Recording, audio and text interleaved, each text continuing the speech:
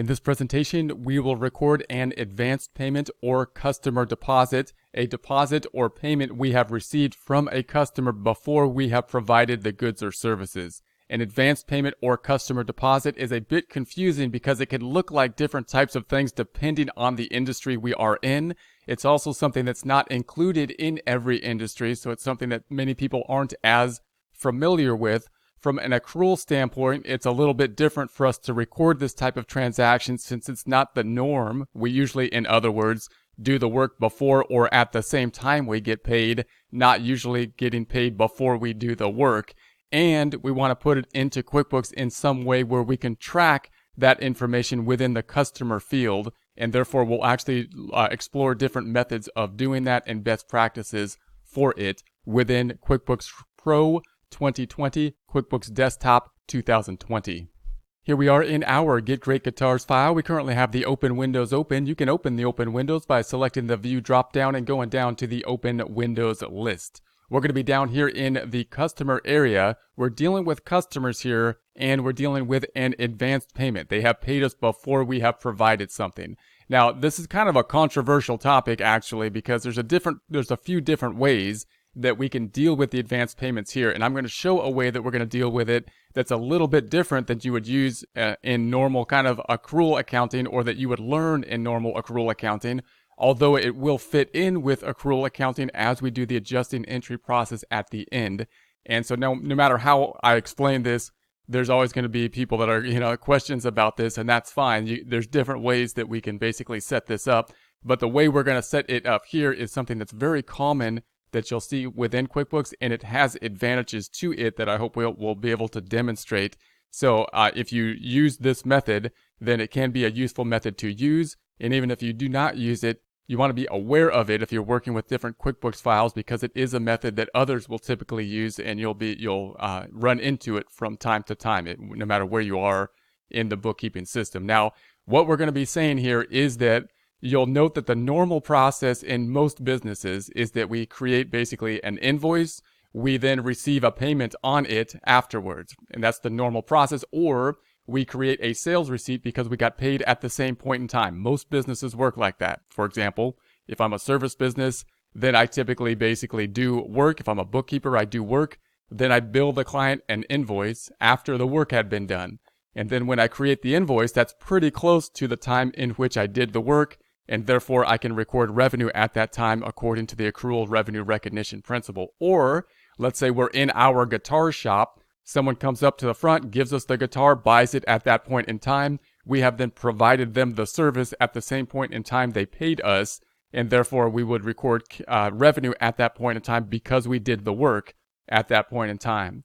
But what happens if basically someone comes to us and they say, hey, we want to buy this guitar? We say we don't have it in the shop. We'll go ahead and issue a purchase order for it. However, we want to make sure that you're committed to completing the sale for us if we're going to make that purchase order. Therefore, we would like a down payment on it.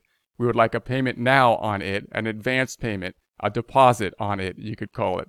And so in that case, we're going to get paid before we actually issue, give the guitar. And under an accrual method, we cannot record revenue until we finish the process and give the guitar. So therefore, the money that they give us in advance, we got a payment before we did the work, then that means that usually under a normal accrual accounting, we would have to record that as an unearned revenue, a liability type of account, because we owe something in the future. We owe the guitar, or we owe the payment back to them. So that would be the normal type of method we would use. And let's look at that from a financial statement type standpoint. Let's take a look at the balance sheet then. I'm going to go to the reports up top. We're going to go down to the company and financial.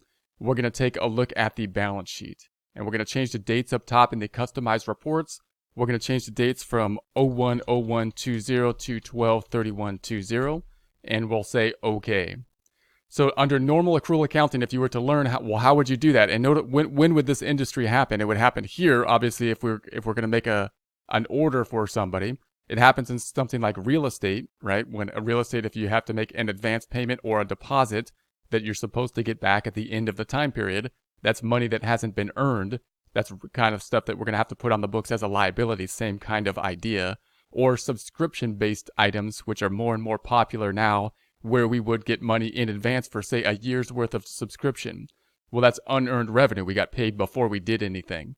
And typically what would happen in those types of scenarios, those types of industries, is that we would have to then put a liability on the books. We would say, okay, here's a liability. We would call it something like unearned revenue or customer deposit.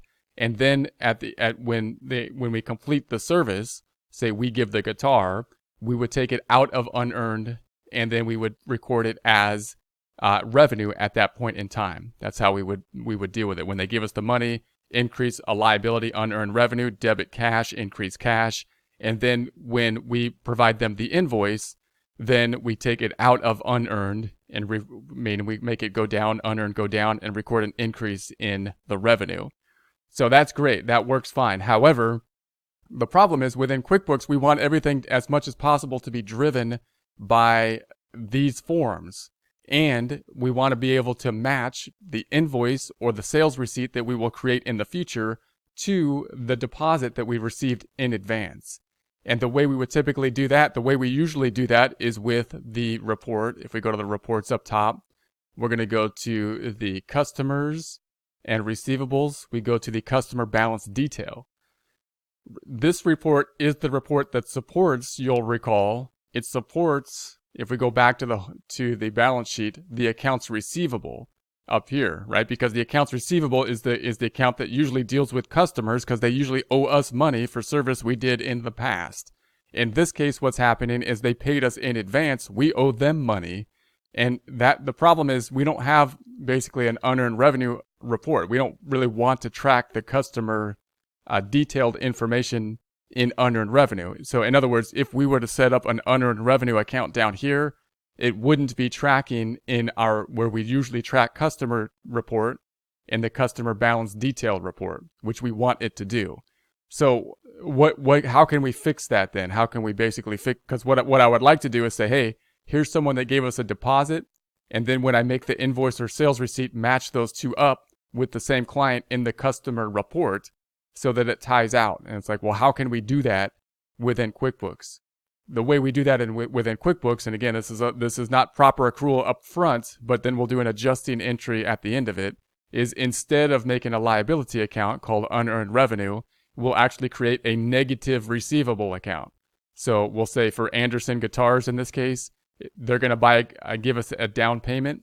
We're going to say, hey, give us the payment first. We're going to record the payment before we do the work. And therefore, instead of increasing a liability, we're going to have a negative receivable here for Anderson Guitars because we owe them either the money back or the guitar. And that's not really proper accrual because it should be a liability and not a negative receivable. However, it works great here because we'll be able to match up this report with the form, the invoice, or the sales receipt. So in other words, if I go back to the Home tab, we're basically going to say it normally goes this way, create invoice, and then receive payment. Here we're going to say receive payment first, which will basically reduce accounts receivable, make it go negative because there's nothing to go against it there. And then the other side will be going to undeposited funds. Then once we get the guitar, we will invoice the client, which will record accounts receivable, and everything will be okay. So everything will be okay after we do the second transaction. However, after the first transaction, then we have a negative receivable instead of a liability. Now, so you could see why we would want to do that, hopefully. It's a common practice to kind of do that because it'll be able to match out these items in the customer report. Now, how do we make that proper accrual? What if the end of the time period happens and we have to make the financial statements and we want to make them properly under a proper accrual? We shouldn't have the negative receivable. Well, we just do an adjusting entry just as we would with like depreciation or other types of items there. We just say, okay, all the negative receivables, we'll just do an adjusting entry, which would take it, to increase the accounts receivable and increase the liability. We'll just adjust for it monthly, periodically, if we need to do that adjusting entry at the end of the period. That way, QuickBooks then will match everything else out within the customers as we would like it to, and we'll be able to create the financial statements and report them on an accrual basis.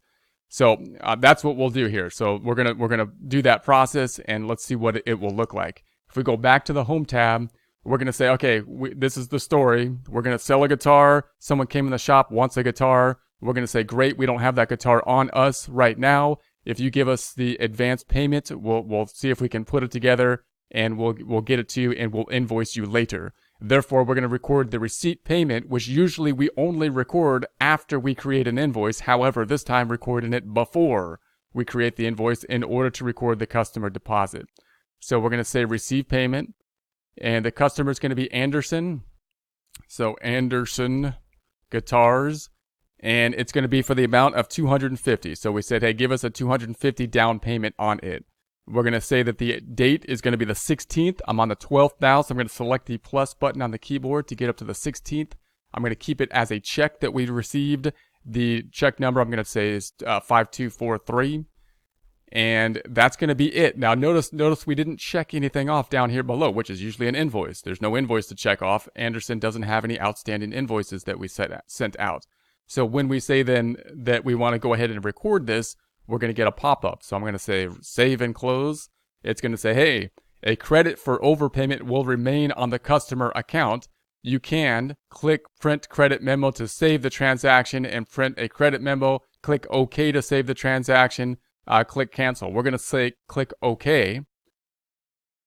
And there we have it. Now if I go back to the balance sheet, what's going to happen on the balance sheet, if I go into the accounts receivable, double clicking on the accounts receivable, we see the transaction here decrease in the accounts receivable of the $250. Double clicking on that, we see the customer payment. Closing this back out, notice the accounts receivable isn't negative here, right? That the accounts receivable here is going to be a positive number. However, it's low by $250 because really it should be increased by $250, and we should have created a liability of the $250. And you can see that in the customer balance detail, however, because if I go to the customer balance detail, it's like, well, what is this negative $250 doing here? That means this is the customer balance detail for accounts receivable representing people owe us money, and this one's negative, which would mean that we owe Anderson money. And that's true, that's accurate. We do owe Anderson money, or we owe them the guitar that we're going to be purchasing. So that means that's proper. It's okay to have that. It will wash itself out, because what I want to do is match that payment out to the invoice that we will later be putting in place once we purchase the guitar. Then everything will match out, and those two things will match out properly together. But if the end of the month happened right now and we wanted to create financial statements, our accounts receivable really should be adjusted. And we'll see that when we do the adjusting entries. And all we would have to do is say, okay, we'll do an adjusting entry that will basically increase the receivable and increase the liability, and then reverse it. But you can see here that this is really helpful for us so that we can match things up by customer, who is the one that gave us the deposit. All right, so if we go back then to the balance sheet, then the other side, of course, is in undeposited funds. There's undeposited funds, double clicking on that, scrolling down, here's the undeposited funds. Notice nothing is going to be on the income statement because we haven't earned anything yet. We haven't earned anything until we do the work, which in our case is to deliver the guitar. Once we do the work to deliver the guitar, then going back to the home tab, we will create an invoice, and the invoice will basically match up against the sales receipt, and it'll tie all out. So the next step is going to be create an invoice. We're kind of going backwards typically, or in this case.